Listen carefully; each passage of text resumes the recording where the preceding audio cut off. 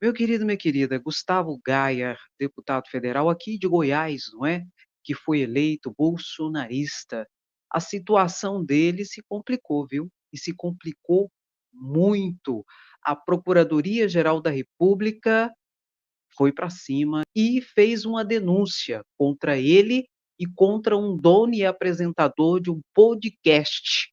Vamos mostrar aqui, vamos colocar na tela e vamos ficar de olho nisso e vou te explicar tudo. Bem, Gustavo Gaia participou de um podcast, Três Irmãos.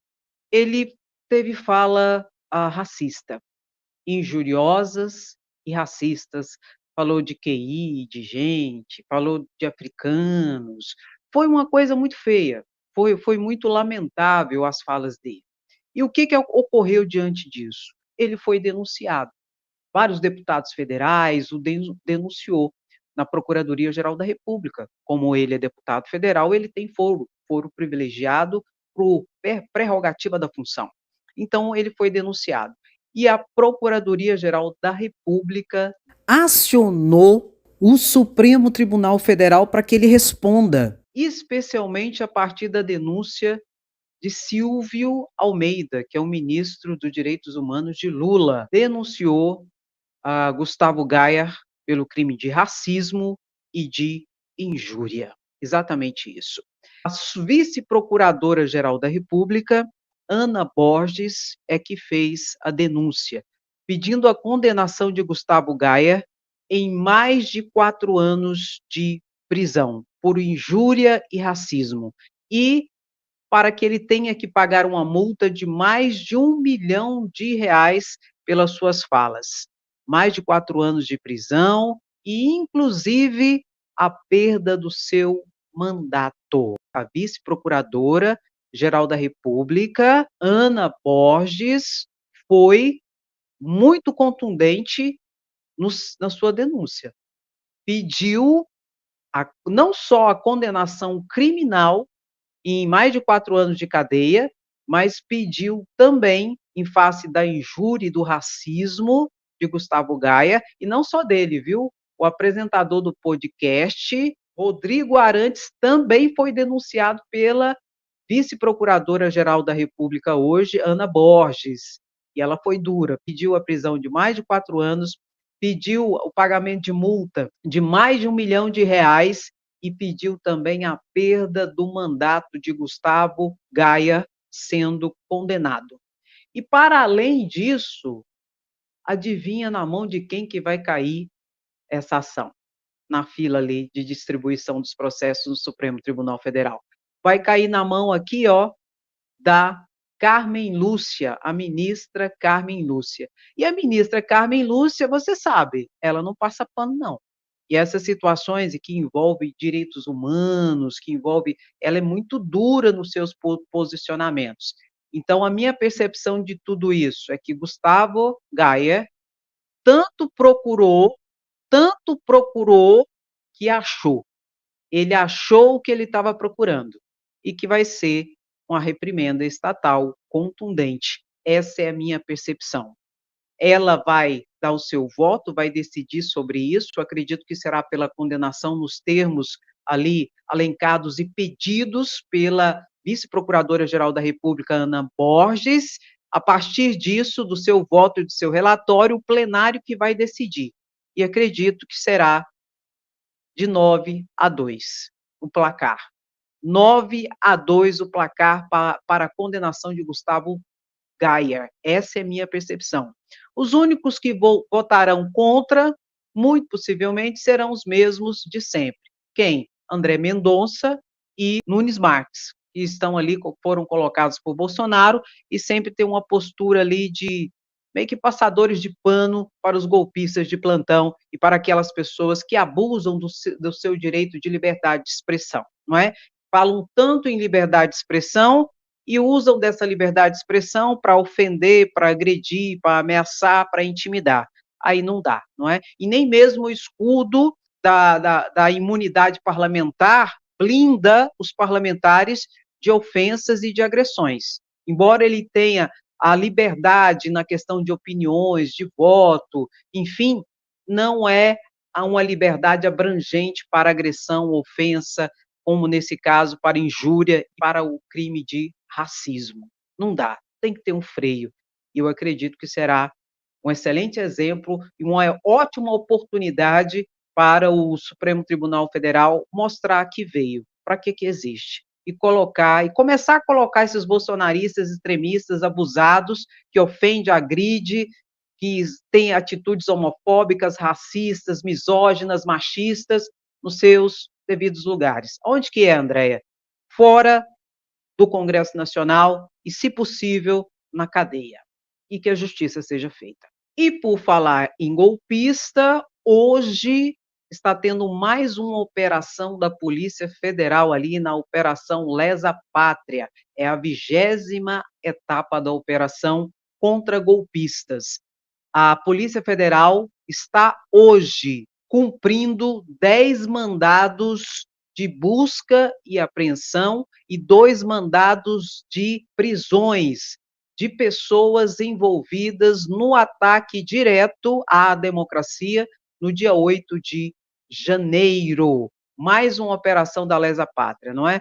Em que as pessoas estão respondendo por 5 crimes e nós já temos mais de 25 pessoas já condenadas a prisões de 3 a 17 anos de cadeia. E dentro desse ambiente é importante a gente ressaltar uma fake news e uma troca de percepção de valores que está sendo propagada nas redes sociais por uma lamentável situação que ocorrera ali na Papuda.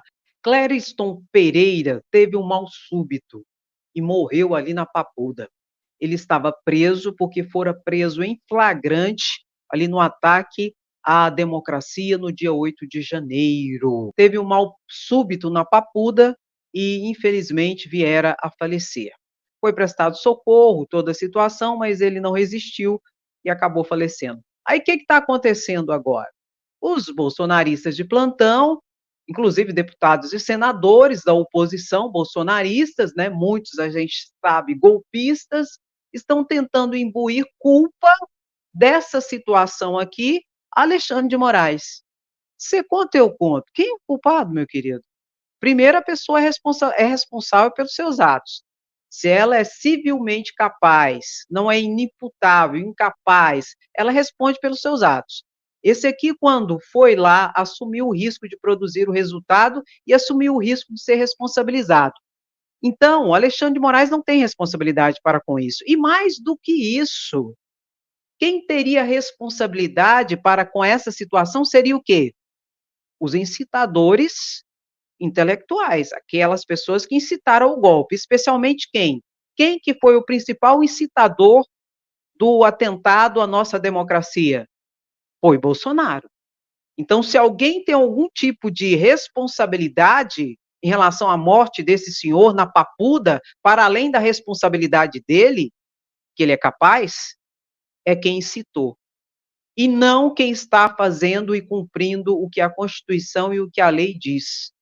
Atentou contra a Constituição, depredou o patrimônio público, colocou em ameaça, inclusive, policiais. Já falei para vocês, os policiais do DF são as principais testemunhas de todas essas pessoas que estão sendo condenadas. Os policiais são as testemunhas falando da agressividade, falando da violência e de todo o caos que foi gerado ali no dia 8 de janeiro. Então, se tem um responsável, é quem incitou, e não Alexandre de Moraes. Qual é o único animal, qual é o único bicho, o único animal do planeta que sabe que vai morrer um dia?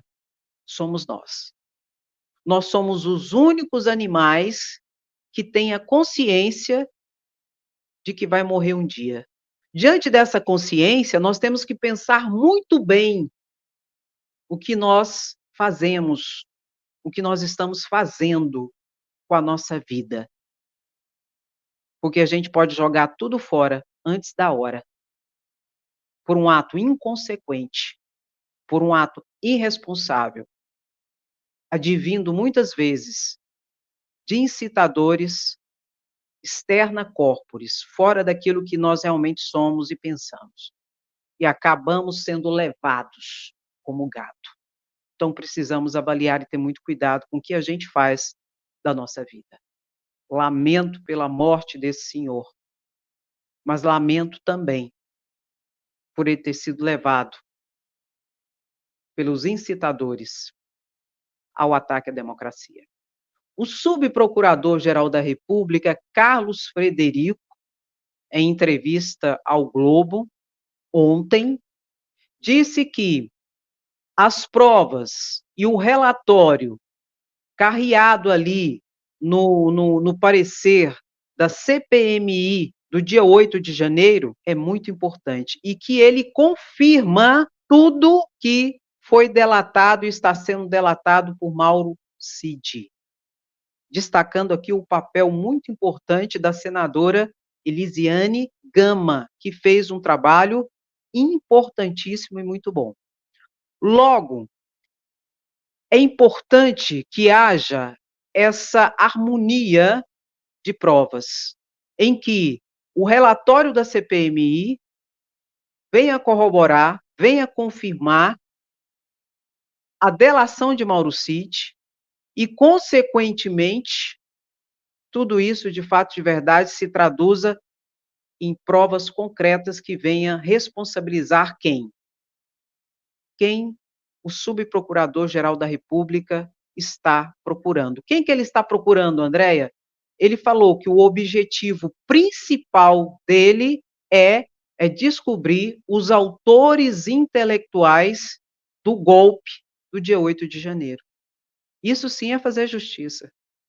Porque até o momento, como a gente sempre fala aqui, só quem está pagando o pato é o papagaio de pirata, é a bucha de canhão que foi lá para o fronte, graças aos autores intelectuais que colocaram na cabeça o tempo todo do pobre coitado lascado do gado que foi para o fronte, enquanto os autores intelectuais estão soltos por aí.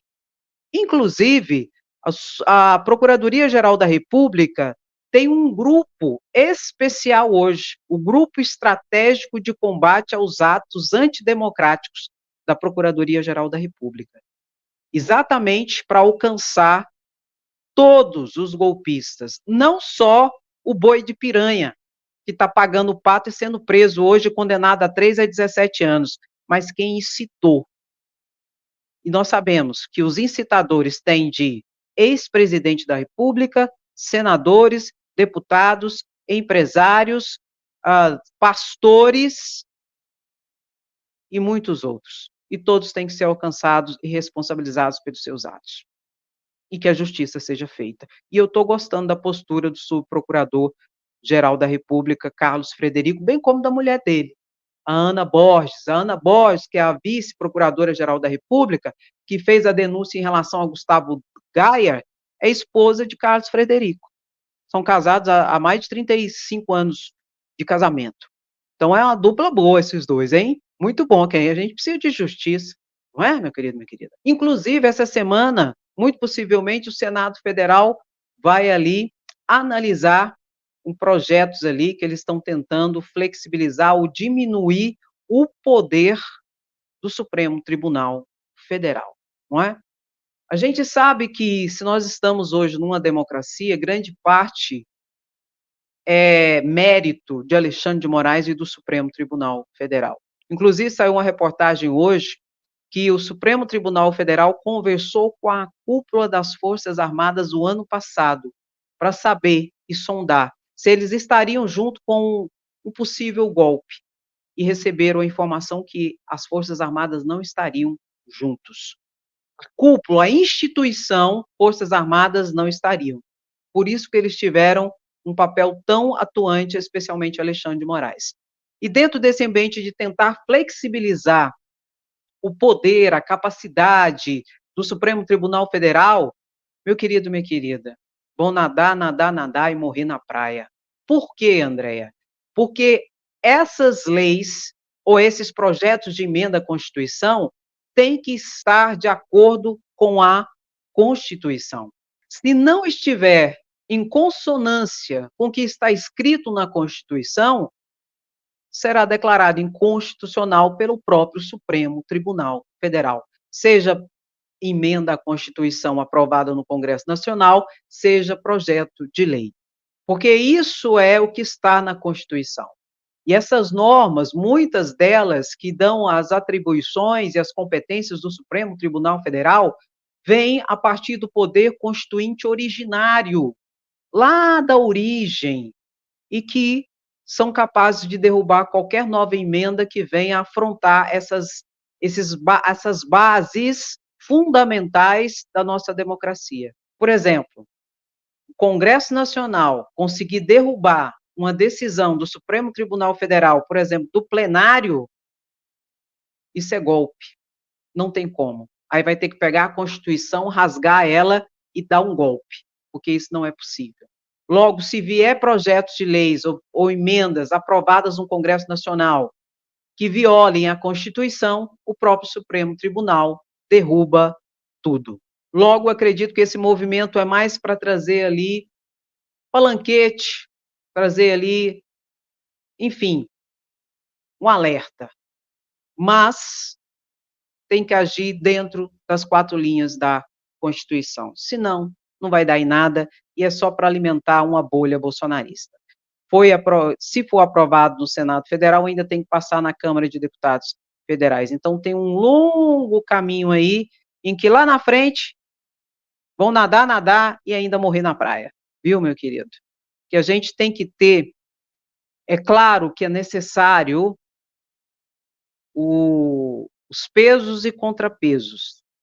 E existe isso para quê? Um poder limitar o poder do outro e não tentar subjugar o outro. E, infelizmente, nós temos falado que o ativismo judicial hoje do Supremo Tribunal Federal é decorrente do quê? Principalmente, primeiro, da provocação que ele sofre, que vem de fora para dentro. Se não for provocado, o Supremo fica quieto, inerte. Segundo, da inércia, da omissão e da falta de trabalho propositivo do Congresso Nacional, que ao invés de trabalhar para trazer soluções e respostas para a população brasileira, fica aí nos Estados Unidos, no dia de Black Friday, e etc e tal, só arrumando problema para a cabeça do governo e não traz nada de propositivo. É um falando do outro, um mentindo contra o outro, um atacando o outro, e não traz nada com nada. E os problemas sociais concretos batem à porta das famílias e que precisa ser resolvido esse conflito. E se não existe lei, ou se a lei é omissa, ou se a lei é inconstitucional, vai parar no Supremo Tribunal Federal, e o Supremo Tribunal Federal, independente de ter lei ou não, precisa dizer o direito ao caso concreto. Por isso, o ativismo judicial. Se o Congresso Nacional trabalhar mais, o Supremo Tribunal Federal, consequentemente, trabalhará menos. Agora, tem que trabalhar mais e trabalhar bem, porque se continuar fazendo leis inconstitucionais, o Supremo derruba também depois. Aí não vai adiantar nada. Viu, meu querido, minha querida? E que a justiça seja feita, e que Carlos Frederico, de fato e de verdade, possa fazer um grande trabalho ali, para que o chefe mor, os incitadores, sejam responsabilizados pelos seus atos. E ficar de olho, para Bolsonaro não fugir para a Argentina. Falei sobre isso ontem, viu? Meu querido, minha querida, dá aquela paradinha, curte a live, que é muito importante para a gente engajar e compartilha. Vou passar o link para vocês, o link está no primeiro comentário, na descrição do vídeo. Estou passando agora o link para vocês. Compartilhe, vamos criar essa rede de informação, tá bom? À tarde, mais à tarde, às 4h30, 17, no máximo, eu estarei aqui novamente com as últimas informações para vocês, para a gente comentar, bater um papo e tá falando o que está acontecendo, viu? Nós somos o quê? Resistência, viva a democracia, Bolsonaro na cadeia. Quem gosta fica, quem não gosta já foi embora e tá tudo bem. Tá bom, meu querido, minha querida? Muito obrigado pela sua paciência e companhia sempre aqui, viu? Beijo no seu coração, até a próxima live e, oi, se cuida, tchau, tchau.